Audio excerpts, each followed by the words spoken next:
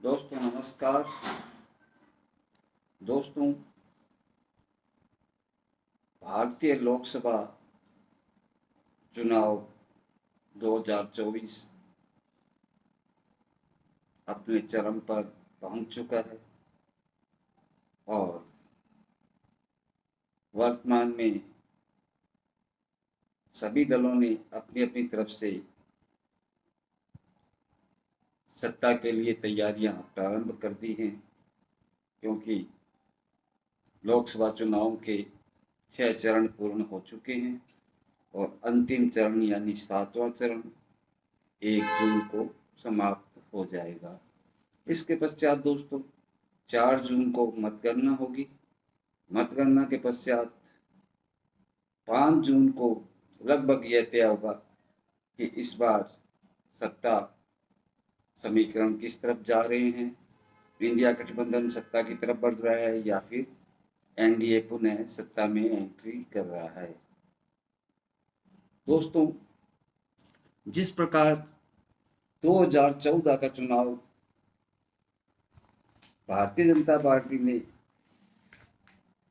हिंदुत्व और महंगाई, बेरोजगारी, भ्रष्टाचार, कई मुद्दों के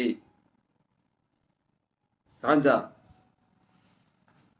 स्तर पर तैयारी के पश्चात लड़ा गया था, लेकिन जैसे जैसे 5 साल पूर्ण हुए, सरकार उन मुद्दों को भूल चुकी थी, जिसके आधार पर उन्होंने पूर्ण बहुमत की सत्ता हथियाई थी और प्रधानमंत्री नरेंद्र मोदी बने थे। 2019 आते आते जैसे ही भारतीय जनता पार्टी का जनाधार खिसकने लगा, उन्होंने वही पुलवामा के नाम पे वोट मांगे, पाकिस्तान के नाम पर वोट मांगे, राम मंदिर के नाम पे वोट मांगे और लगभग वो अपने इस कदम पर कामयाब भी रहे।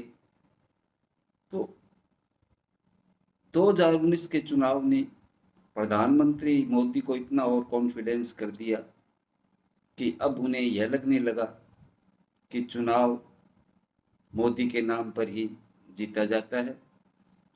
मोदी चाहे जिस इंसान को चुनाव लड़ा सकते हैं, चाहे जिसे मुख्यमंत्री बना सकते हैं, चाहे जो निर्णय ले सकते हैं। और इन चुनाव में सबसे बड़ी भूल यही रही, क्योंकि कांग्रेस पार्टी जो चुनाव से लगभग 1 माह पूर्व तक पूर्णतः बिखरी हुई दिखाई दे रही थी, उनके लगभग बड़े नेता भारतीय जनता पार्टी में शामिल हो चुके थे या साइलेंट हो गए थे और जो कुछ उनके सहयोगी बचे हुए थे उनमें भी नीतीश कुमार ने पलटी मार ली और भारतीय जनता पार्टी के साथ जा मिले। इसी तरह ममता बनर्जी, जिन्होंने अपना अलग रास्ता इख्तियार किया, लेकिन वह 2 नावों पे सवार रही। उसने एक तरफ इंडिया के साथ रहने का भी ऐलान किया तो दूसरी तरफ वह थोड़ा सा एनडीए की तरफ भी सॉफ्ट कॉर्नर रखती हुई नजर आई। यही स्थिति मायावती की रही। मायावती ने ऐन अंतिम समय इंडिया गठबंधन में नहीं जाने की घोषणा कर दी और अपने प्रत्याशी उस जगह खड़े किए जहां पर इंडिया गठबंधन मजबूत दिखाई दे रहा था। लेकिन दोस्तों, यह चुनाव जो कि जनता और सत्ता के बीच लड़ा गया, जिसमें प्रमुख भूमिका मल्लिकार्जुन खड़गे, लालू प्रसाद यादव और राहुल गांधी के द्वारा निभाई गई। इस चुनाव में कुछ नए चेहरे जो भविष्य की राजनीति की तरफ इशारा करते हैं कि आने वाले लगभग 20 से 25 साल तक इन नेताओं का भारतीय राजनीति में वर्चस्व रहेगा। वे नाम हैं अखिलेश यादव, कन्हैया कुमार, तेजस्वी यादव, DK शिव कुमार, सचिन पायलट, ये ऐसे नाम हैं जिन्होंने खूब मेहनत की। और सबसे प्रमुख नाम जिसे मैं लेना भूल गया था वो है संजय सिंह। संजय सिंह एक ऐसे नेता के रूप में उभरे जिसने भारतीय जनता पार्टी का मुखर विरोध किया और उन्होंने उन सभी जनसभाओं को संबोधित किया जहां उनके कैंडिडेट नहीं खड़े थे। उन्होंने पूर्ण रूप से इंडिया गठबंधन का साथ निभाया और केजरीवाल की अनुपस्थिति को उन्होंने पूरा किया। दोस्तों, यह चुनाव कई मामलों में अहम है। इस चुनाव में मल्लिकार्जुन खड़गे, जिन्होंने पूरी तरह से चाक चौबंद व्यवस्था तैयार की, लालू प्रसाद यादव ने अपनी तरफ से पूरा जोर लगा दिया, क्योंकि यह शायद उनका आखिरी चुनाव है। चारों नेताओं ने मिलकर इतना अच्छा चुनाव लड़ा है। अखिलेश की सभाओं को देखें तो देखकर किसी एंगल से यह नहीं लगता कि यहाँ पर एनडीए किसी भी सीट पर हावी दिखाई दे रही हो। यही हाल बिहार में है और यही उत्तर भारत में कांग्रेस के जो राज्य हैं वहाँ पर दिखाई दे रहा है। तो दोस्तों, इस चुनाव में कांटे की टक्कर है। जहां एक तरफ हमें लग रहा था कि एनडीए पुनः वापसी करेगा, लेकिन अब किसी भी स्तर पर यह नहीं लग रहा है। 6 के 6 चरण में आकलन किया है, मेरे द्वारा किया गया है, जिसमें स्पष्ट रूप से इंडिया की सरकार बनती हुई दिखाई दे रही है। तो मैं बात करूं आपसे, तो अभी उत्तर प्रदेश में कांग्रेस पार्टी अपने बलबूते रायबरेली, अमेठी, सहारनपुर, झांसी, बाराबंकी, फतेहपुर सीकरी और अमरोहा की सीटों पर काफी आगे दिखाई दे रही है। इसी प्रकार राजस्थान की बात करें, चूरू, झुंझुनू, दौसा, करौली, धौलपुर, बाड़मेर, टोंक और सवाई माधोपुर और गंगानगर की सीटों पर कांग्रेस अपने बलबूते काफी मजबूत दिखाई दे रही है और ऐसा लग रहा है कि राजस्थान में कांग्रेस पार्टी समय 8 सीटें प्राप्त करेगी। इसी तरह यूपी में 7 सीटें कांग्रेस पार्टी अपने बलबूते हासिल करती हुई दिखाई दे रही है।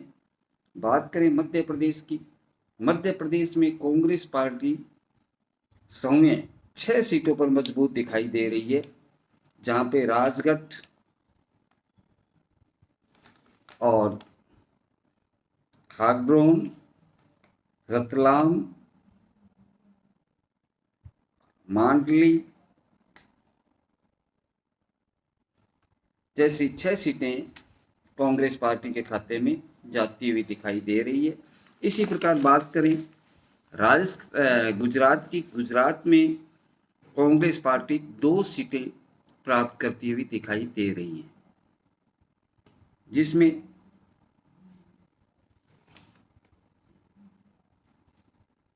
बनासकांठा सीट प्रमुख है। इसी प्रकार दिल्ली में कांग्रेस पार्टी को अपने बलबूते 2 सीटें चांदनी चौक और उत्तर पूर्वी दिल्ली आती हुई दिखाई दे रही है। इसी प्रकार हरियाणा में बात करें, रोहतक, सोनीपत और महेंद्रगढ़, भिवानी, सिरसा, अंबाला, ये 6 सीटें कांग्रेस पार्टी को मिलती हुई स्पष्ट रूप से दिखाई दे रही है। बात करें केरला की, केरला में कांग्रेस पार्टी को समय के बलबूते 14 सीटें आती हुई दिखाई दे रही है। इसी प्रकार से गोवा में 1 सीट आती हुई दिखाई दे रही है। बात करें तमिलनाडु की, तो कांग्रेस को समय के बलबूते 8 सीटें मिलती हुई दिखाई दे रही है। इसी प्रकार तेलंगाना की बात करें, तेलंगाना में 12 सीटें कांग्रेस पार्टी को समय मिलती हुई दिखाई दे रही है। बात करें आंध्र प्रदेश की, आंध्र प्रदेश में कांग्रेस पार्टी को 3 सीटें मिलती हुई दिखाई दे रही हैं। इसी प्रकार बात की जाए बंगाल की, बंगाल में 3 सीटें मालदा, साउथर्न मुर्शिदाबाद और बहरामपुर, ये 3 सीटें कांग्रेस पार्टी के खाते में आती हुई दिखाई दे रही है। बात करें झारखंड की, तो झारखंड में 2 सीटें कांग्रेस को मिलती हुई स्पष्ट रूप से दिखाई दे रही हैं। इसी प्रकार से बात करें छत्तीसगढ़ की, छत्तीसगढ़ में कांग्रेस पार्टी को 4 सीटें, यानी मैंने सबसे कम सीटें ली है, 4 सीटें कांग्रेस पार्टी को यहाँ से मिलती हुई दिखाई दे रही है। 2 ओल्ड और 1 नांदगांव सीट और 1 कवाली लखमा, ये 4 सीटें कांग्रेस को मिलती हुई दिखाई दे रही हैं। बात करें असम की, असम में कांग्रेस को 5 सीटें मिलती हुई दिखाई दे रही हैं। इसी तरह से J&K में कांग्रेस को 2 सीटें मिलती हुई दिखाई दे रही है, जिसमें लद्दाख भी शामिल है। बात करें उड़ीसा की, उड़ीसा में कांग्रेस को 3 सीटें मिलती हुई दिखाई दे रही हैं। इसी प्रकार बात करें उत्तराखंड की, उत्तराखंड में कांग्रेस को समय के बलबूते 2 सीटें मिलती हुई दिखाई दे रही है। इसी प्रकार पंजाब में कांग्रेस को 5 सीटें मिलती हुई दिखाई दे रही हैं। और बात करें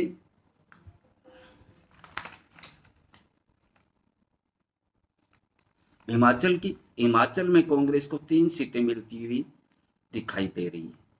तो दोस्तों, इस लोकसभा चुनाव में कांग्रेस अपने बलबूते 140 सीटें लगभग प्राप्त करती हुई दिखाई दे रही हैं।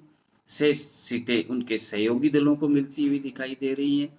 जैसे राजस्थान में बात करें तो राजस्थान में RLP को 1 सीट हनुमान बेनीवाल, 1 सीट बाप की भारतीय आदिवासी पार्टी को मिलती हुई दिखाई दे रही है। और इसी प्रकार 1 सीट कम्युनिस्ट पार्टी को मिलती हुई दिखाई दे रही है। अन्य जगह जहां कांग्रेस पार्टी का मजबूत गठबंधन है, जिससे इंडिया बना है, बात करें बिहार की, महाराष्ट्र की, महाराष्ट्र में कांग्रेस के 4 सीटों का आंकलन मैं सोच रहा हूँ, 4 सीटें कांग्रेस को आ रही हैं। शेष शिवसेना है, शरद पवार है, उनके अकाउंट में जा रही हैं। बिहार की बात करें तो यहाँ राष्ट्रीय जनता दल काफ़ी मजबूत है। इसी प्रकार से साउथ में उनके गठबंधन काफ़ी मजबूत हैं। कर्नाटक की बात करें, कर्नाटका में कांग्रेस के 20 सीटें आती हुई दिखाई दे रही हैं। इस प्रकार कांग्रेस अपने बलबूते 140 सीटें ले रहा है, शेष उनके सहयोगी दलों को। इस प्रकार से इंडिया गठबंधन की सरकार बनती हुई स्पष्ट रूप से दिखाई दे रही है। धन्यवाद, नमस्कार।